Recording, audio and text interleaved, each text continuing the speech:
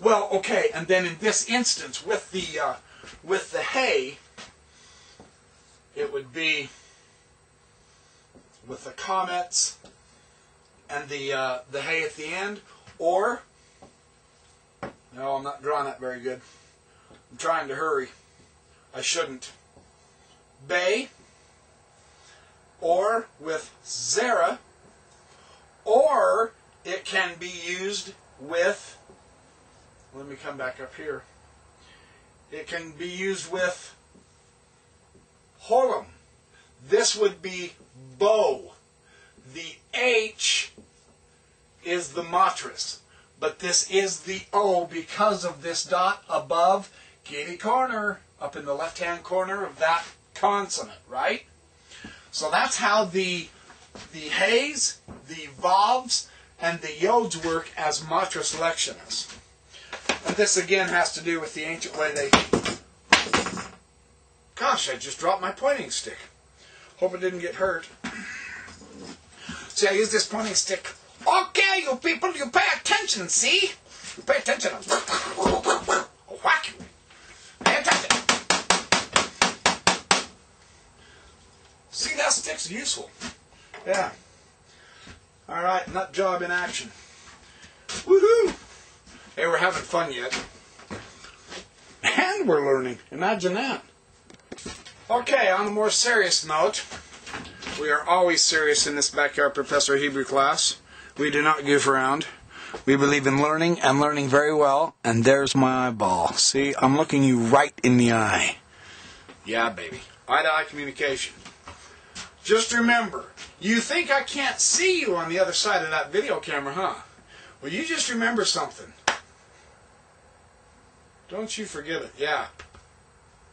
I'm watching you. So pay attention. This next one is a good one. Hebrew nouns may be masculine or feminine. Dudes and babes. Or we could say studs and chicks. Maybe we better stick with masculine and feminine, huh? Yeah, forget the lingo. Forget the modern day lingo. Forget it. Masculine and feminine. This is a key to understanding Hebrew. Now, interestingly enough, there are some very interesting ways to know if you have a masculine word or feminine word. Although it's not always consistent, as a general rule. Remember, rules are made to be broken, except traffic rules. In the singular, there's no ending. It's just what it is. Just the word, yod. For instance, you take the word yod. Yod.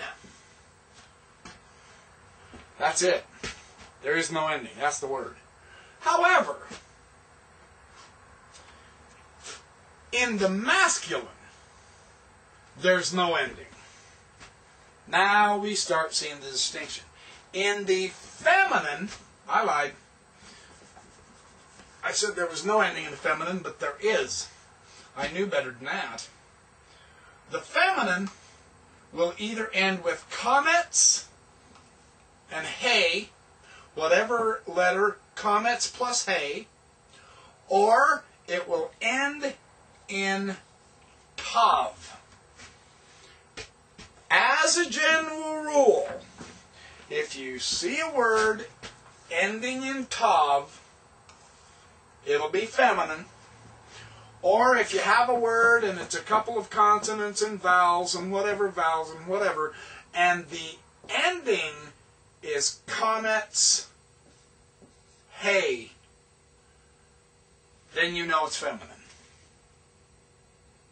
Capiche? Yeah. Simple. Simple, simple, simple. Now, there's also number.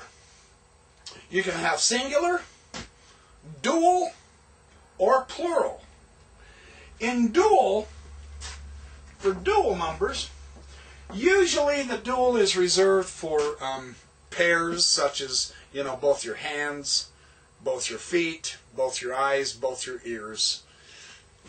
There's not a whole lot more to the dual. There are a little bit, but as a general rule, the ending for masculine with the dual is yod, hirek, final mem.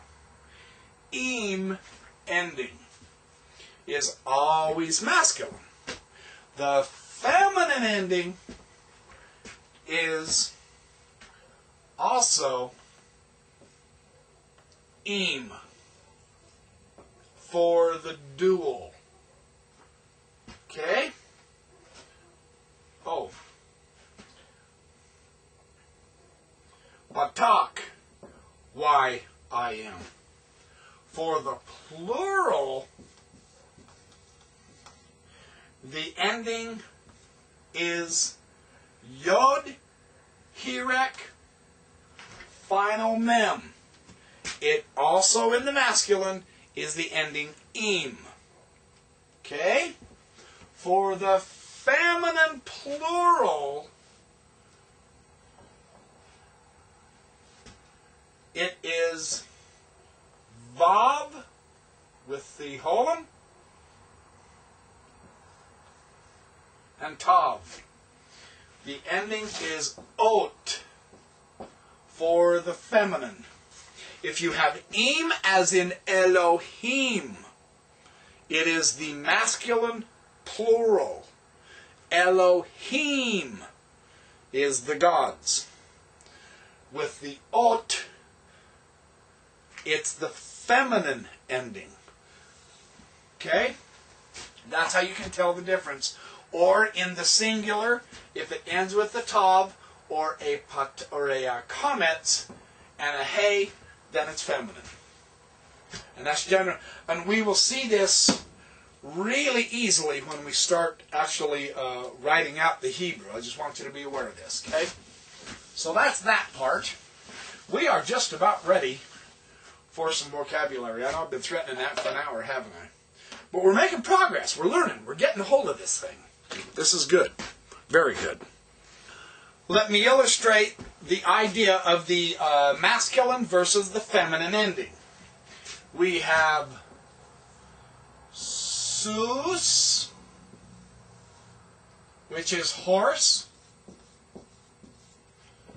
Sus. And for the feminine, this is the masculine. For the feminine, we have su, sa. Sus, susa. You notice the feminine ending of the kametz and the hey. So this would be the mare. Or you could go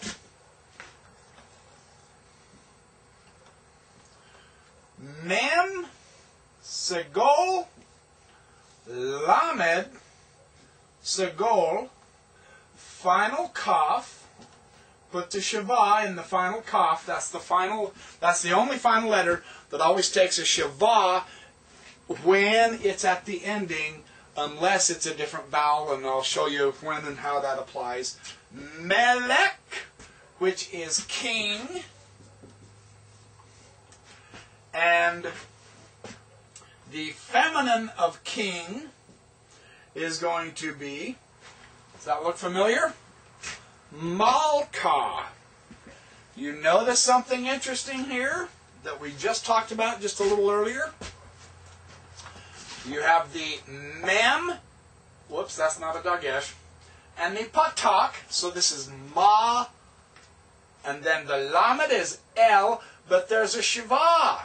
Is it silent or vocal? It's silent, isn't it? Why? Because, transliterating this out, we have mal, the shavah ends the syllable. Remember that? So there's the end of the syllable. Mal, and then ka.